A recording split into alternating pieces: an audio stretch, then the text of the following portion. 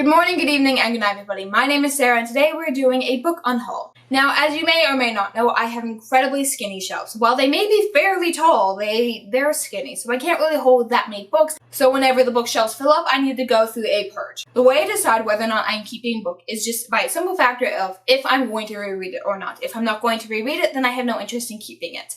So it doesn't mean I don't like these books. It just means like they were nice, they're enjoyable, one-time read, go off into the great unknown, go off into the hands of someone who will enjoy you. So that is my criteria. If I'm not going to reread it, I'm not going to keep it. So don't be offended if you see something you enjoy. Just know that, like, I enjoyed it too, just not that much.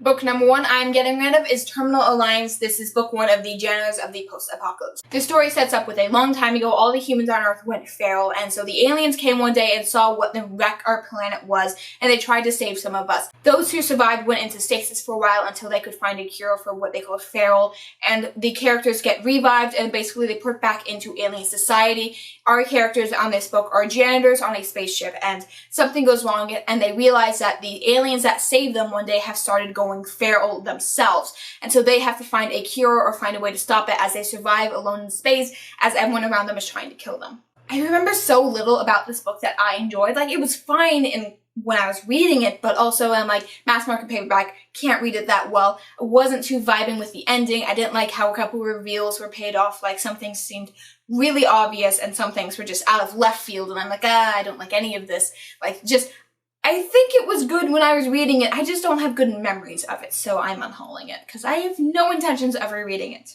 Next book I'm unhauling is Not Your Sidekick. I've talked about this many a times, and this I actually ended up meeting the author, and I got it signed, but here's the thing, I did not like this book, and I didn't want to tell the author that. I just ran into her at a comic book convention, and I'm like, hey, I read your book, and she's like, cool, do you want something to put like a sticker on it so it's signed? And I'm like, I didn't want to say no, because she seemed like a really nice girl, and I'm like, yeah, I'll take it, and I regret it now. I had mixed feelings about this book, mostly the ending, most of the reveal. That's kind of a lot of my issue. I spent so much time trying to find a copy of this book, and when I finally got it and I read it, it didn't live up to this excitement and the effort I put in my head. It's like, it took me like a year to find this book. It's gotta be good, and it wasn't.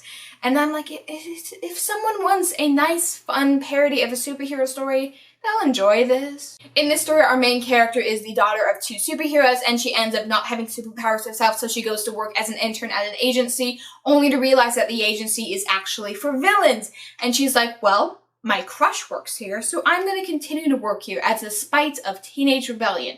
And there's some like secret identity stuff going on I don't think was handled well and all that. Next up, we have The Disasters. This is a sci-fi story about a group of teens who basically they get expelled from the space program, and as they're leaving the spaceship that they're all studying on, the spaceship blows up, and since they're the only survivors, they're the ones that are blamed for everyone's death. So they have to go and try and clear their name and like just be awesome and cool, and I didn't really like the characters in this, to be honest. It's very diverse. There's characters who wear hijabs, there's people of color. Like, this has a very well-rounded cast. Just our main character was really annoying. I didn't like him, and I had no attachment to anyone. And there's also like a couple like things in here that I'm like, tis not good, and yeah. The next book I was kind of hesitant to like include on this list because I'm like, you'll understand. So that's Jabberwocky and Other Nonsensical Tales. This is a cloth-bound Penguins Classic Edition. These are really expensive. Like, I got mine at my school's bookstore. Not like that pricey, like not like what Amazon's selling it for like close to 50 bucks. I think I got this like for 30.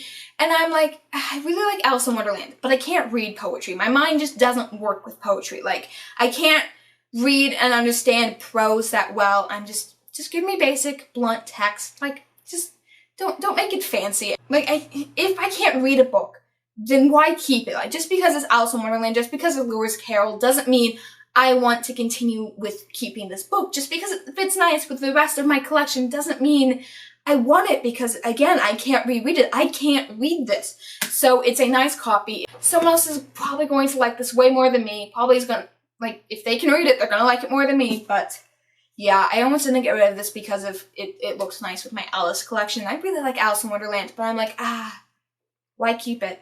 The next two books are part of a series, and that is Queen of Hearts and also The Blood of Wonderland. There's 3 books in this series. I DNF'd book 2, so there's no chance I'm gonna get to book 3. This is the story of the Queen of Hearts back when she was just Princess Dinah. Dinah was just living her life until one day her father came home with a bastard daughter of his, and he's like, hey, guess what? I love this bastard daughter more than any of my other children, so she's going to be the next queen. And that's basically the plot of the story. Stuff happens. It's a very short series. It happens very quickly. I think only like 3 things happen in this book, and then the next 3 things happen in this book. And so it's a very quick and easy read. I was reading book 2 just so I could decide whether or not I was going to keep the series. And I'm like, that's not a good reason to read a book, so I'm just going to get rid of both of them just because. Like, I might pick this up again later for my library, but I have no intention on keeping either of ththese books. Also, like, this is hardback and this is paperback. I don't really like that because they're different heights, and I organize my bookshelf by heights, and that separates the series, and I'm like, no. Next up is another book I DNF'd, and that is The School of Good and Evil. I was reading this for a readathon, and I wasn't liking it. This is a story about a town who every 4 years, 2 kids disappear. And they're said to be chosen because they are candidates to go off to the magical school. Half of the school is raising the heroes, the princesses of fairy tales, and the other half the villains and the henchmen of fairy tales. And so our 2 characters in this book get chosen, except they switch schools. The one that you think is, oh, she's the princess, she's the blonde one, she's the cute one. She's gonna go to the school for princesses. No, she ends up going to the school for villains.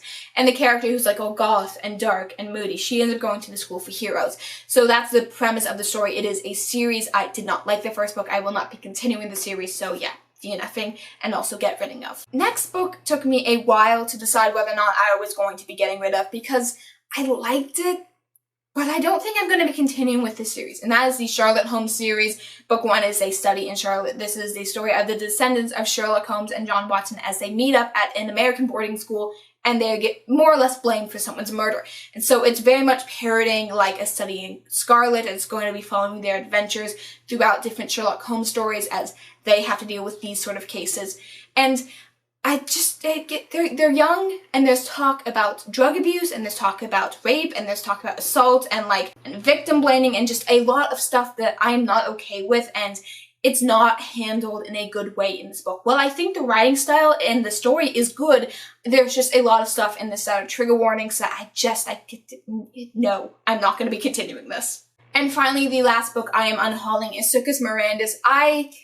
You guys know I DNF'd this 1 month, and I read it again for a readathon just because, like, I'm gonna give it another chance. It's a short story, like, I can do this. This is a story about a magical circus. Our main character grew up on his grandfather's stories about said circus. Our grandfather told his child that he was promised a miracle, and he never ended up using it. He saved that miracle for a later day. So our main character decides, hey, my grandfather's ill now. He's dying, so I'm gonna go find this magical circus, and I'm gonna go make them give my grandfather this miracle. I'm gonna make him better. So this is just a story of him going to find the circus, and then once he gets there, what he does and try and convince these people, like, hey, give me this miracle.